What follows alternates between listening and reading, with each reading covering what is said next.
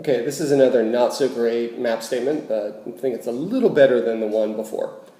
Thomas Hobbes' ideas affected the time greatly, pushing people to work in order to keep society from crashing down. Okay, so is it clear? Well, she's definitely talking about a specific person, and his ideas kept society from falling apart, so yeah, it's clear. Does it express one main idea? His ideas kept society from crashing down, yes. Does it assert a conclusion? Somewhat, I would say. That one's probably a yes and no.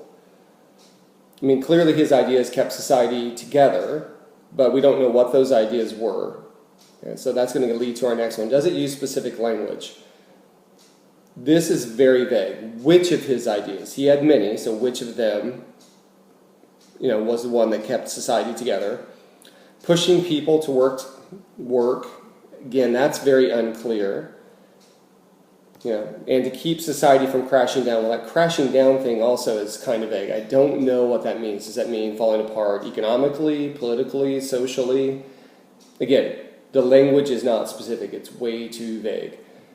Now, again, we don't have access to the thesis statement, but if we're talking about the French Revolution, I don't know how the ideas of Thomas Hobbes, who was an Englishman, kept French society from crashing down. In fact, it did crash down. That's why they elected Napoleon took power as the new emperor of France. So I'd have to say, does it support the thesis?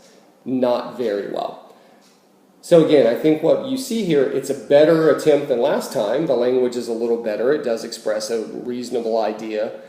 But because it's so vague, it doesn't do a very good job of telling the reader where you're going with the essay. And that's what a map statement has to do. It has to provide direction so the reader knows from the thesis how are you going to try to prove that thesis statement true in the various sections of your essay.